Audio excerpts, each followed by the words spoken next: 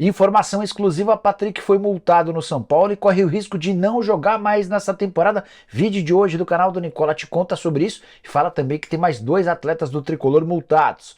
Bora te atualizar sobre o Flamengo. Manchester City tem interesse em uma das joias rubro-negras. Vou te falar também sobre o Palmeiras. Quem é o cara que já garantiu quase 500 milhões de reais com vendas de atletas nos últimos anos? Para completar tudo sobre o Corinthians, tem uma queda de braço entre VP e os dirigentes de futebol do Timão. Tem ainda tudo sobre o Vasco da Gama e sobre o Bahia de volta à Série A do Campeonato Brasileiro. O Vasco, inclusive, já está de olho em Davi Terans, meio atacante do Atlético Paranaense, enquanto o Bahia, com a ajuda do Grupo City, promete uma equipe super forte. Tudo isso e muito mais a partir de agora.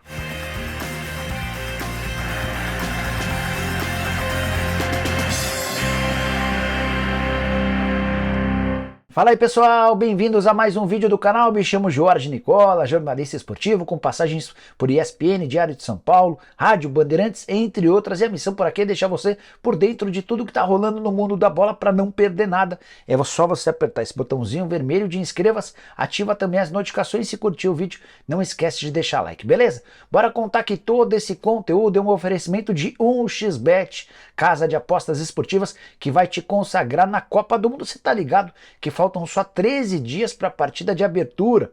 Na 1xBet você já pode apostar em todas as partidas da fase de grupos. Tem um monte de jogo, alguns com cotações bem legais, outros com enormes favoritos. Quero destacar os 3 jogos da seleção brasileira.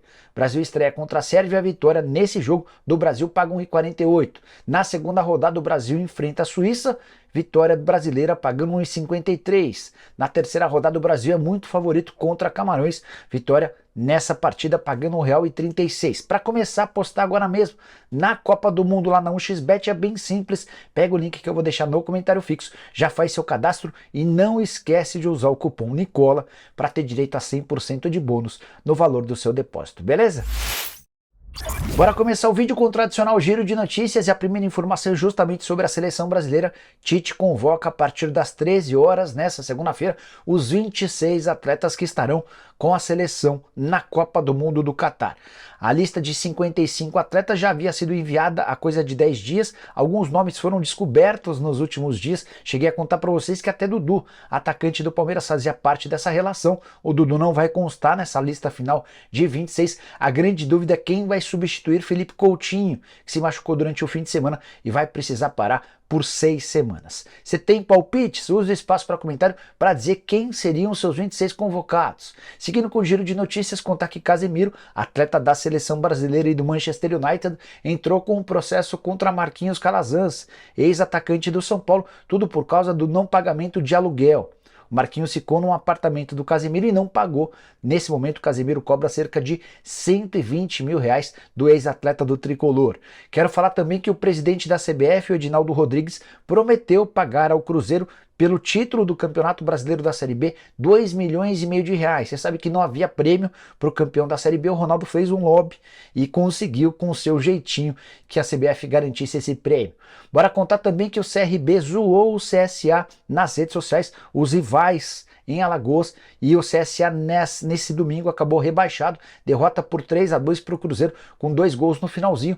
O CRB usou suas redes sociais para enaltecer, entre aspas, o grande acesso à Série C. Óbvio que em tom irônico, e ainda disse que vai torcer bastante para que na próxima temporada, em 2023, o CSA consiga, entre aspas de novo, um outro acesso agora para a Série D do Campeonato Brasileiro. Para fechar o giro de notícias, contar que sócios do Santos aprovaram o novo estatuto do clube. Ele já havia sido aprovado pelo Conselho Deliberativo, passou também pelo crivo dos sócios nesse domingo. As principais mudanças: redução do comitê de gestão de 9 para 5 pessoas, permissão para mais facilidade dentro do estatuto para que o clube se torne uma sociedade anônima do futebol. Tem ainda uma mudança importante na votação, para que você possa votar para presidente, por exemplo. Antes você precisava ser sócio apenas um ano, agora você vai precisar ser sócio há 3 anos.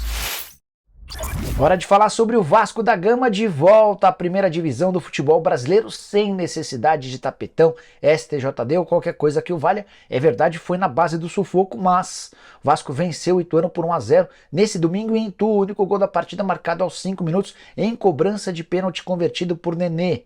Nesse lance, o Ituano teve um jogador expulso. Na etapa final, o Andrei também foi expulso. O jogo acabou com 10-10. A campanha do Vasco foi marcada por altos e baixos, muita irregularidade, erros de administração, contratações, por exemplo, do Mauricinho e depois do Jorginho, equivocadas, mas a partir de agora, com o apoio da 777 e de volta à primeira divisão, o Vasco muda de patamar. Logo de cara vai ter 190 milhões de reais de aporte da empresa americana para melhorar seu time. Tendência é que o Vasco seja protagonista no mercado de contratações, pelo menos é isso que o pessoal da 777 tem dito ao mercado. A ideia é concorrer, por exemplo, com o Flamengo na busca pelos principais reforços. E surgiu um nome na noite desse domingo bastante interessante, Davi Terans, meio atacante uruguaio, que consegue jogar quando tem a oportunidade muito bem com a camisa do Atlético Paranaense. O Flávio Dias, que cobre de perto o Vasco, assegura que o Terans é prioridade em São Januário. Já contei para vocês recentemente que o Atlético Paranaense só topa negociar o Davi Terans a partir de 6 milhões de dólares, estamos falando de algo na casa dos 30 milhões de reais. Para completar o noticiário sobre o Vasco, uma notícia não muito boa. Com acesso garantido à primeira divisão, 4 atletas tiveram automaticamente seus contratos renovados. O goleiro Thiago Rodrigues, o lateral esquerdo Edmar, o zagueiro Anderson Conceição, além do meio-campista Iago Lara. Hora de falar sobre outro que garantiu acesso nesse domingo, também no sufoco. O Bahia está de volta à primeira divisão. Foi a primeira vez em sua história que o Bahia caiu para a Série B e conseguiu o retorno à Série A logo na primeira temporada. Vitória na rodada final por 2-1 contra o CRB e acesso na terceira colocação do Campeonato Brasileiro. E essa volta à elite era super importante, afinal de contas, no dia 10 de dezembro, os sócios do Bahia vão votar possivelmente a favor do sim para que o clube seja vendido ao Grupo City e o Bahia também vai mudar de patamar. O Grupo City tem prometido fazer com que o Bahia, num futuro não muito distante, tenha um dos 6 principais faturamentos do futebol brasileiro. Logo de cara, a folha salarial, que está na casa dos 3 milhões de reais, vai subir para 10 milhões, tendência de um Bahia muito mais forte, tentando ser protagonista, primeiro do futebol nordestino, investindo bastante nas categorias de base, para depois ir dominando mais áreas. Só para completar sobre o Bahia, algumas informações importantes. Grupo City e Bahia têm tentado manter o máximo de sigilo possível a respeito do planejamento para a próxima temporada, mas algumas informações já foram vazadas. João Paulo Sampaio, gerente das categorias de base do Palmeiras, é o grande alvo para diretor executivo de futebol do clube. Juan Pablo Vojvoda, técnico do Fortaleza, é o alvo número 1 para treinador.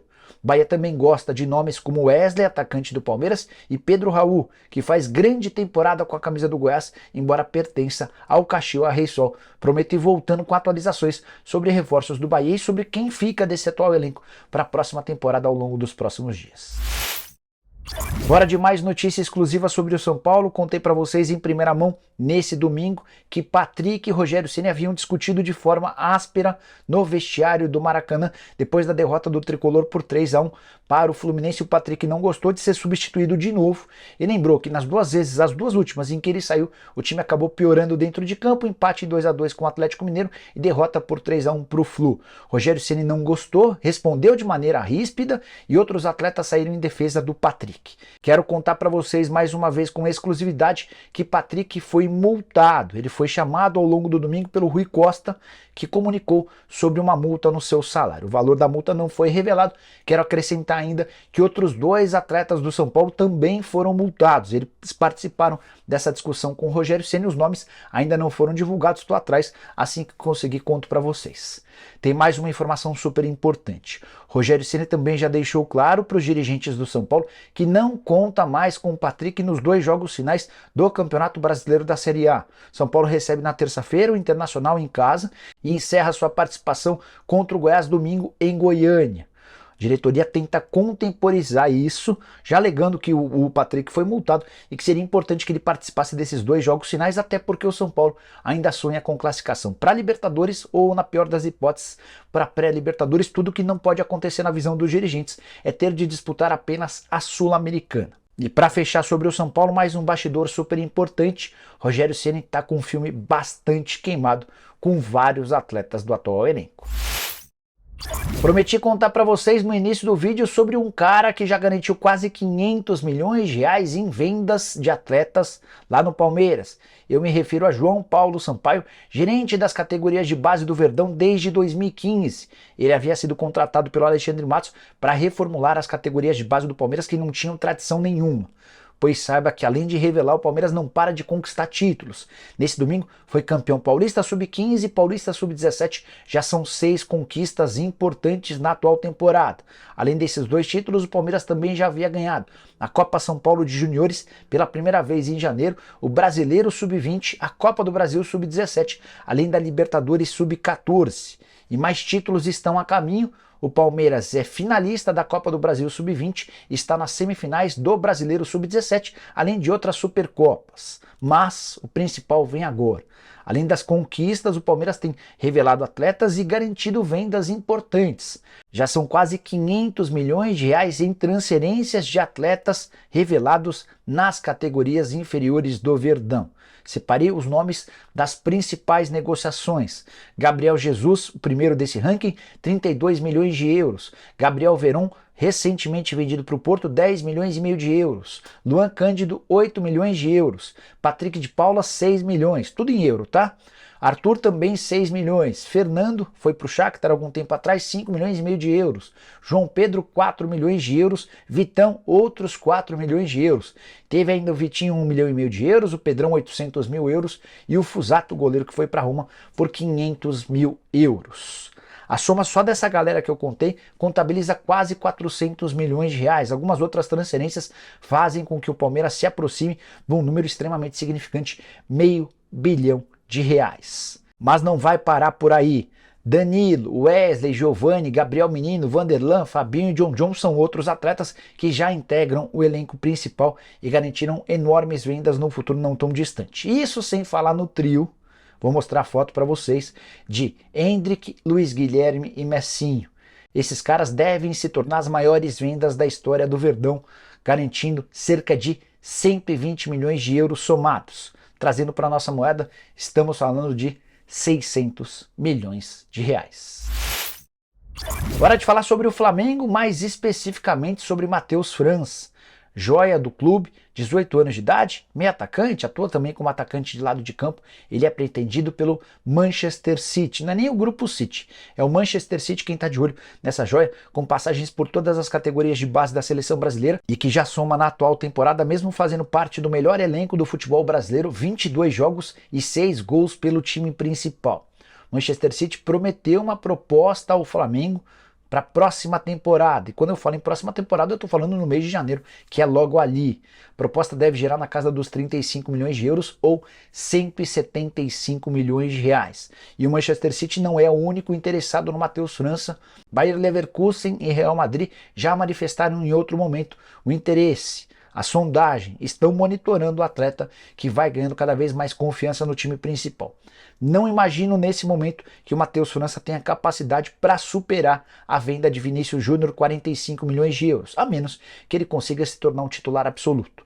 Só para completar, vale a lembrança que o Matheus recentemente renovou seu contrato com o Fla.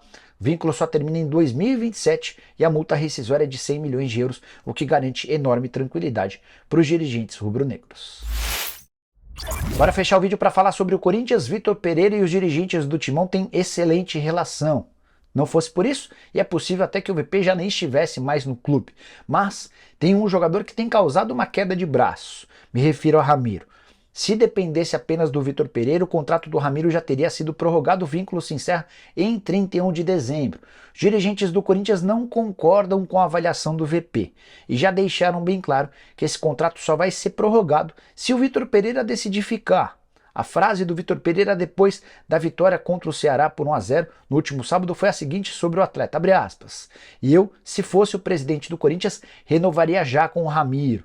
É o tipo de jogador que eu gosto, porque treina e joga da mesma forma, com entrega total, tem a cara do Corinthians. Pouquinho depois, o diretor de futebol do Timão, Alessandro, passou pela zona mista e foi perguntado sobre o futuro do Ramiro. Ele disse o seguinte, abre aspas, o mister reforçou o quanto o Ramiro é importante. Avaliaremos a questão técnica e depois a sequência ou não.